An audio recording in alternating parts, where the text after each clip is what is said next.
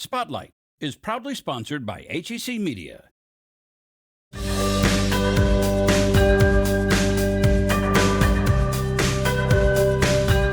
Today on Spotlight, SLU researchers identify a biomarker for severe liver disease in infants. Find out what this breakthrough means. Plus, a regional art award and exhibit hosted by the Contemporary Art Museum. And then why the Hill neighborhood is responsible for the bricks that built St. Louis. But first, an Emmy-nominated story about a program helping heal the community of Ferguson. It's Sunday and you're watching the multiple Emmy Award-winning Spotlight. Okay, here's $1 million question. Huh? Yeah. $1 million. Who's your favorite police officer? For a while, when we first came here, they didn't even know we were police officers. Meet Darren Young. The kids call him Shaq. Now with the St. Louis County Sheriff's Department, he's been a police officer for 35 years. The last 8 years in what's called the PAL program. The PAL program is where kids and cops connect. It's a connection aimed at changing the public perception of police.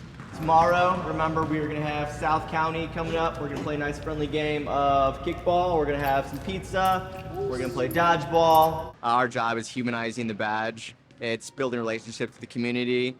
Brandon Sierra is also part of the PAL program, a program that puts police in schools, on playgrounds, and in summer camps like this one. Head up, let's go. Walk down, head up, head up, head up. Keep your head up, keep your head up, keep your head up. Who's me? Well, you know, on videos, the police officers. Right. But y'all are really nice. I love y'all a lot. It's a stigma that's been attached to the black community, and the police. When you see the police, you give them the look or the stare or whatever, or are they looking at me or are they judging me? And it's something we have to get past, and it's a shame that we're still there. This is 11-year-old Casey and 10-year-old Nyla's first year in the PAL program. I realized he was a cop, and I was like, oh, wow. And it was amazing. They could actually change their perspective about how they see the world. Exactly. And how they see cops.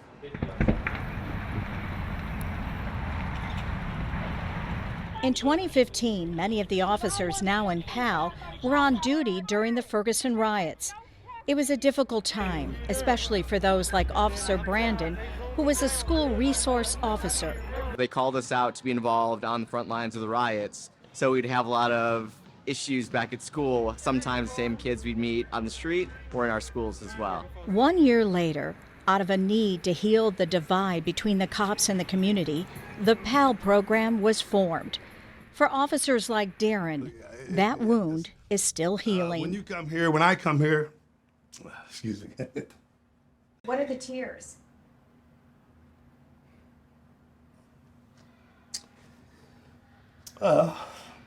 It's joy. It's joy. You're around the kids, they're happy, they're sad, and they're smiling and they're laughing. And that's a full day. For me, it's probably the best job I've ever had, and I know that for a fact.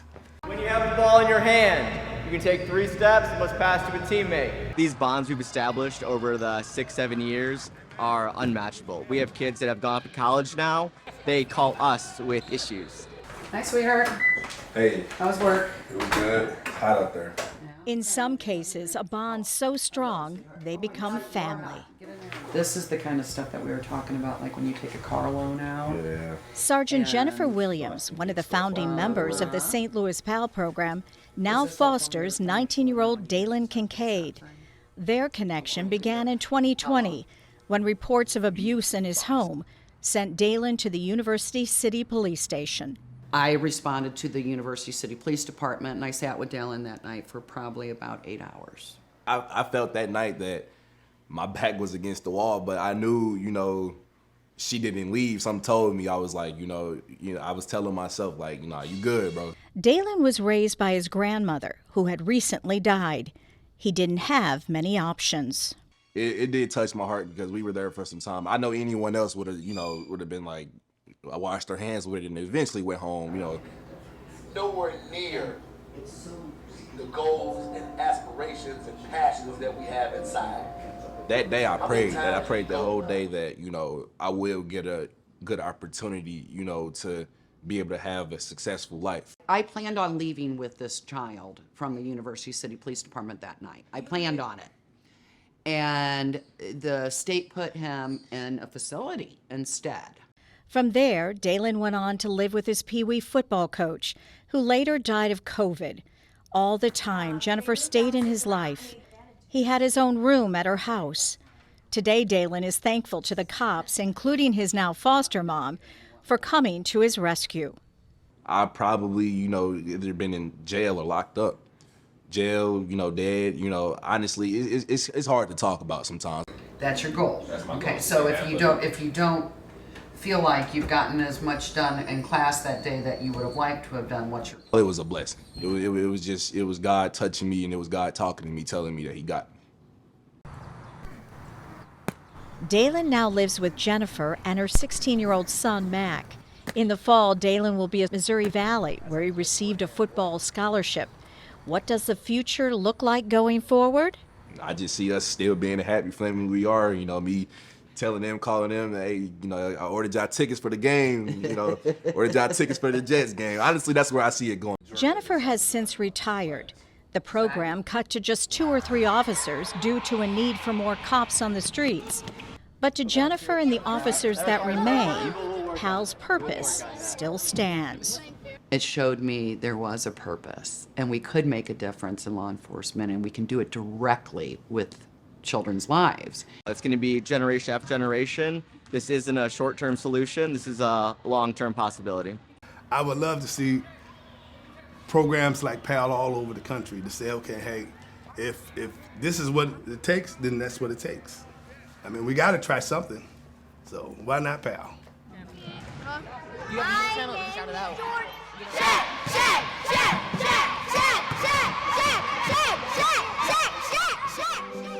For more St. Louis stories, subscribe to the HEC YouTube channel. Connect STL from HEC Media.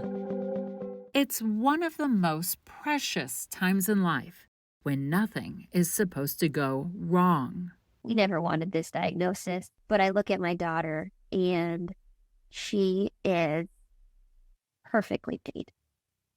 And she's wonderful, and I'm so grateful.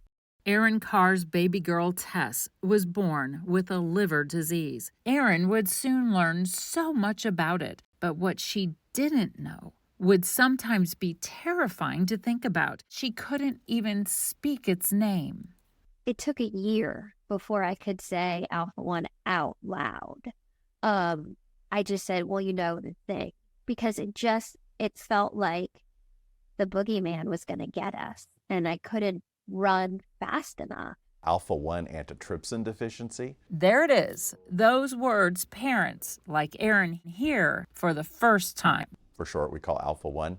It's a genetic disease. It affects about 1 in 3,500 Americans. Their liver makes an abnormal kind of Alpha 1. The liver has too much. The abnormal protein builds up in the liver. With Alpha 1, most people are not diagnosed, or many people are misdiagnosed. Alpha 1 can cause a wide range of health problems, from childhood through old age. It can cause liver damage, it can cause lung disease in adults, and rarely can cause skin problems and other conditions. There's a small group of infants where the liver gets very, very sick. It can be life-threatening. Sometimes the child even needs a liver transplant to survive. We have documented a number of deaths nationwide from Alpha 1. From their home in North Carolina, Erin now travels with Tess once a year to see Dr. Jeffrey Techman at SSM Cardinal Glennon Children's Hospital in St. Louis. Her liver was sick soon after birth. She's done well, but we know from our studies that there's still a risk of liver damage and serious disease. It suffers from a lack of treatments, and that's what we're trying to do, develop new treatments where there are none. Because of Dr. Techman's leading role with a series of groundbreaking collaborative research, including the discovery of the first possible treatment for Alpha 1, Erin can now say the name of the disease she so overwhelmingly feared. We very likely will have either a treatment or a cure for this. We now, fortunately, are at a point where multiple new drugs are entering treatment trials in 2024 and 2025. So it's very exciting. At his St. Louis University School of Medicine laboratory, alpha-1 antitrypsin deficiency is his life's work, his mission. And because of all the research for new treatments that this professor of pediatrics and biochemistry and microbiology has done year after year, Erin can smile more, like she never could before. Tess is now 5 years old, in kindergarten. If you didn't look at her lab work, you wouldn't know that anything is wrong. And Erin has so much hope for Tess's future. But there was one more hurdle Dr. Techman had to overcome that could have helped Erin handle her situation better 5 years ago when Tess was a baby.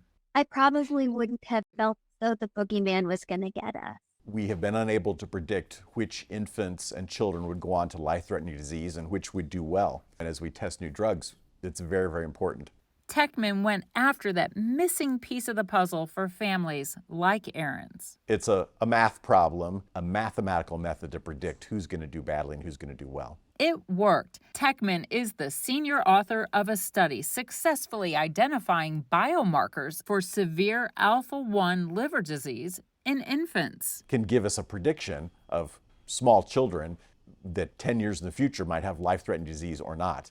As a mom who just feels scared, knowledge is power. And it might not be the answer you want, but at least you can make a plan for your baby, for your child, to help take care of them versus just not knowing. The next phase of Dr. Techman's study is expected to help older children like Tess. We have built an even more powerful model that will help us understand how kids do, which we're going to be working on for the rest of 2024 and into 2025. Hopefully that will be ready just about the time that children will need to be enrolled in some of these new drug treatment trials. I'm very optimistic that liver transplants and death from alpha-1 within the next few years will be a thing of the past. I think this is going to be a tremendous success story in medicine, that we're going to be able to cure this disease, and we're going to be able to know who's going to get sick and who isn't, and why that is, and answer questions that we've been wondering about for 50 years.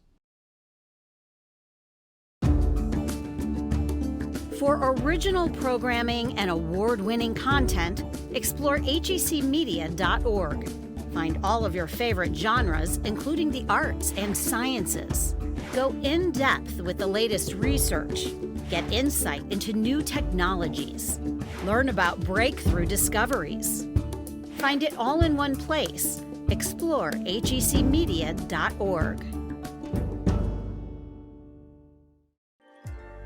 This season at CAM, we're presenting 4 exhibitions in the main galleries. The first is the Great Rivers Biennial, which is a juried awards program for St. Louis artists. And this year's recipients are Saj Issa, Basil Kincaid, and Ronald Young. So much of my Palestinian ancestral history is embedded in my work through material or the types of imagery that I reference. I identify as an artist before anything else. I see my art as a form of storytelling through my personal experiences. I feel that in doing so that way, what I reference and what I tell cannot be nullified. And this exhibition includes a variety of materials that have meaning embedded in them, from either historical relevancy or the anti-war demonstrations that the poppy paintings were held in unity. My relationship to quilting begins with my family. My grandmother was a quilter, her sisters, her mom, and after college I started investigating my family practices, and that led me back to the quilt, and it revealed itself in this expansive and new way. Now too, my work include a mixture of materials from St. Louis and then also Ghana. So part of my investigation there is looking at the relationship between West African and then Black American, particularly related to the South and Midwest textile traditions. Having grown up in a community where there were lots of artists and musicians, and coming from a family of such, it was just natural for me to pursue an artistic career and an education career as well. I'm really interested in creating work that asks questions as opposed to providing solutions to people. So this body of work is based on the fact that there are things in the community that I just see that need to be addressed. There are some really beautiful connections between the 3 GRB artists' exhibitions, thinking about color and scale, but especially the weight materials hold in terms of emotional resonance, the stories that materials can hold, and how connected they can be to a particular place. Overall, this exhibition entails the analysis of Palestinian landscape, politically, geographically, and historically. Upon my travel from Palestine back to St. Louis, I would pick, some wild flora from there, along with wild flora in St. Louis, and just dry them and include them together. I think that it was just like a really type of narrative that I want to include, kind of like different plants across the world without borders, be in the same vessel and share that space together. For this exhibition, I knew I wanted to show kind of each of my different styles that I had been working on in the last 6 years. And I knew I wanted to break my own rules and push myself to try new things. A lot of my work focuses on the relationship between our physical and spiritual life. In this piece, I wanted to fold in that digital component as well. I feel like this is a whole new direction in my abstraction, and I'm really happy to show that work for the first time here at CAM and in St. Louis. The bricks are particular to St. Louis. There was a phenomenon that happened in St. Louis called the brick thieves. And basically what was happening is these people were going into the community and they were literally taking these homes apart. And in taking the homes apart, they were also devastating the community. So the bricks are a homage to that. My attempt is to bring that to people's attention, let them come to their own conclusions about how these materials make them feel. But basically, that is the whole purpose behind this particular exhibition. On display through February 9th, 2025. Visit kmstl.org for more info. Later on Spotlight, how MU is helping the spirits industry along with oak trees.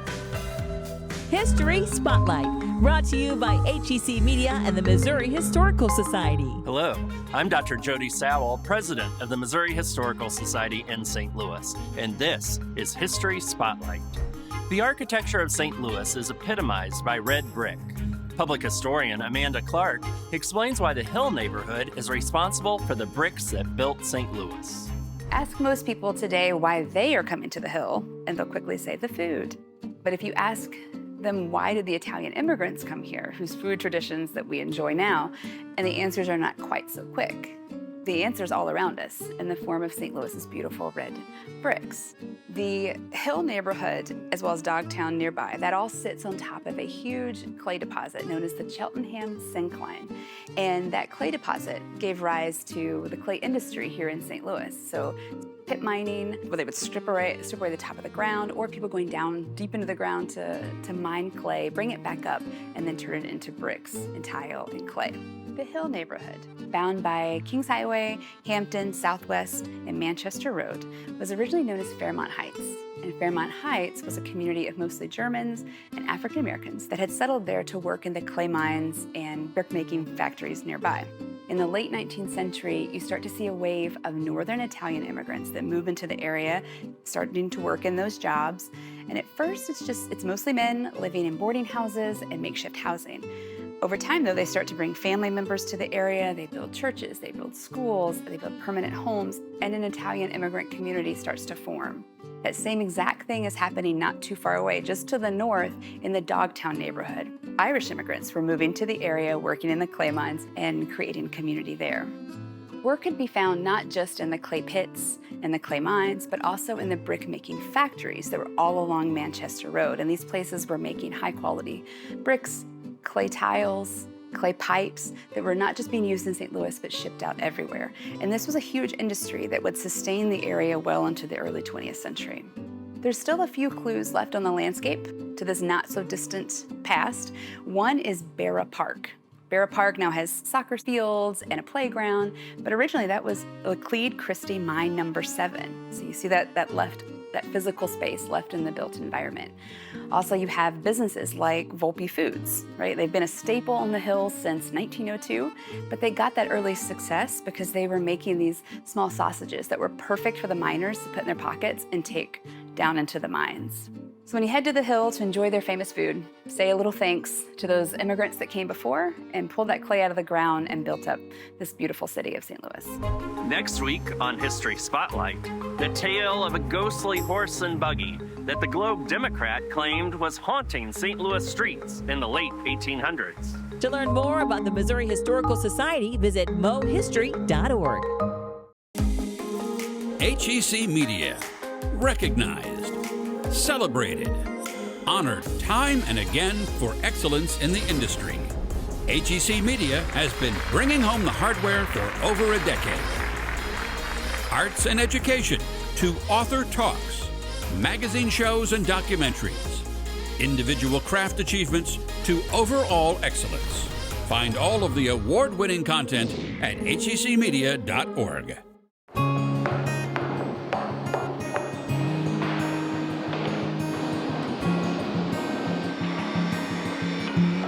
You know, I love making barrels. Working with your hands, it's an art in itself, a very old art, you know, 4,000 or 5,000 years old. I love it. I just love it. At the Oak Cooperage in Higbee, Missouri. It's got to be something good. I want it to be something that I can be proud of that I made. This year, these craftsmen will hand build 10 times as many wine and whiskey barrels as residents in the small town. It's crazy busy this year. The barrel market is just nuts right now. So many people wanting barrels. I've seen where you've had really good, you know, heavy years, but nothing quite like this. What makes these barrels special is what also causes the cooperage's greatest obstacle: time. There's no way to speed the process up. It starts with the wood. The oak's barrels are made from Missouri white oak. So sought after, the Napa Valley winery Silver Oak bought this cooperage in 2014 to guarantee a supply of these special barrels. It now also sells thousands more to other wineries and distilleries. Everybody's did the testing. Silver Oaks tried wood from all over the country, and they kind of settled in on Missouri white oak. I think it's the single most important tree in the Northern Hemisphere. You know, it's just very, very important. And everybody wants it. Here's why. Look at how close together these white oak rings are. So you're looking at grains per inch. It's tighter grain, 12 to 16 grains per inch. The grains or rings store the tree's sugars. Putting a barrel over a fire transforms those sugars and flavors from raw wood to spice and vanilla. When you first pull it off the fire, it kind of smells like a freshly toasted bread to me, like it coming straight out of the oven. Time is what causes all of those coveted flavor-filled rings in Missouri white oak. Growing conditions are harsher here than in other parts of the U.S., so the trees grow slower. It takes 80 to 100 years for a Missouri white oak to be ready for harvest. Once the trees are delivered and cut into staves, there's another waiting period while they season outside for 24 to 36 months. You tend to bleach the stave more so you get more of the tannins out. The stave becomes more balanced, if you will. And then there's the time and skill of these craftsmen. There are only about 50 master coopers in the U.S. These two have 56 years in the industry between them. It's a long process from the time of learning how to prep wood and grading and setting a barrel. And I mean, it takes so many years to learn it all. I haven't learned it all, and I'm sure Jack would tell you the same thing. Every day seems to have a new challenge.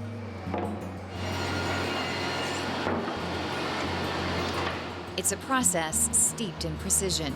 Some of these barrels get $25,000 worth of wine in them, so it's very important. Attention to detail is very important. We know the barrel we want to make, so it's important to us to get the wood we needed to make it. And that's where another challenge, years in the making, lies. What we're seeing in both the wine, but really in the spirits, are exponential growth of barrels. Our forest can't support this growth because we haven't been managing our forest. The average age of a Missouri white oak tree is 60 to 80 years. We have a lot of big trees out there, but we don't have a lot of young trees coming on to replace the big trees. It's like a bell-shaped curve. And so we know if we don't start managing our woods now, that we're not going to have them in 60 years, 80 years. Baby Missouri white oaks need sunlight to grow, which they can't get under the massive mature oaks. But maples, elms, and ironwood trees can flourish in the shade. That's what's going to replace the white oak. And that's not really what we want from a wildlife habitat perspective or for a forest products perspective.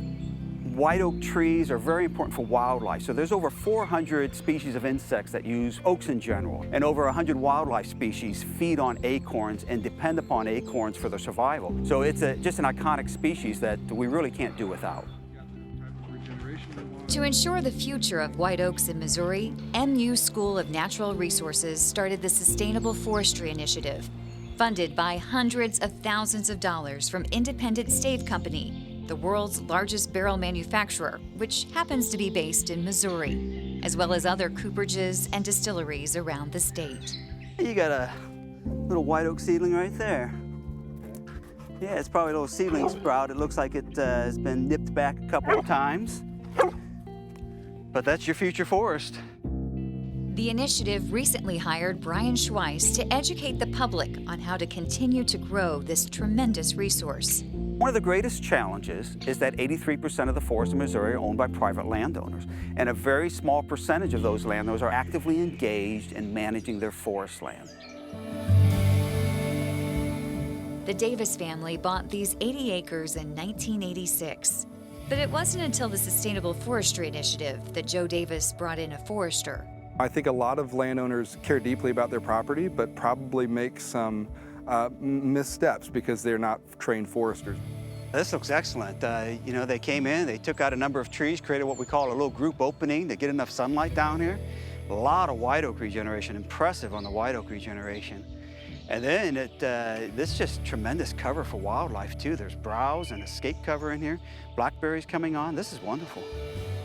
I've learned so much in the last few years working with the foresters who've been out here. Look up at the top of that tree, buddy. Look how tall it is. What I love so much about being part of this program now is I can walk through the woods with my kids and we can have an understanding of what we're looking at. You want to see this tree? Let's touch it. This is an oak tree. And it doesn't just benefit our family, it benefits the entire ecosystem in which we live. It's something that we all have to take serious. You know, we plan on doing our part even though we're a really small cooperage. After all, for the oak, it is a business built out of the trunks of those majestic trees, where time only adds to their greatness. We've always had this saying here, we haven't made our best girl yet. But we get up every morning and we do it again the next day. You know, it keeps us striving for excellence. I feel blessed to be a part of it. It's been a lot of fun. Next week, why 10,000 St. Louisans gathered to see a phantom horse and buggy in the late 19th century. Plus, step inside the Oddities Museum and see a collection unlike any other. Thanks for watching Spotlight. Join us next Sunday at 9:30 a.m. on KPLR 11.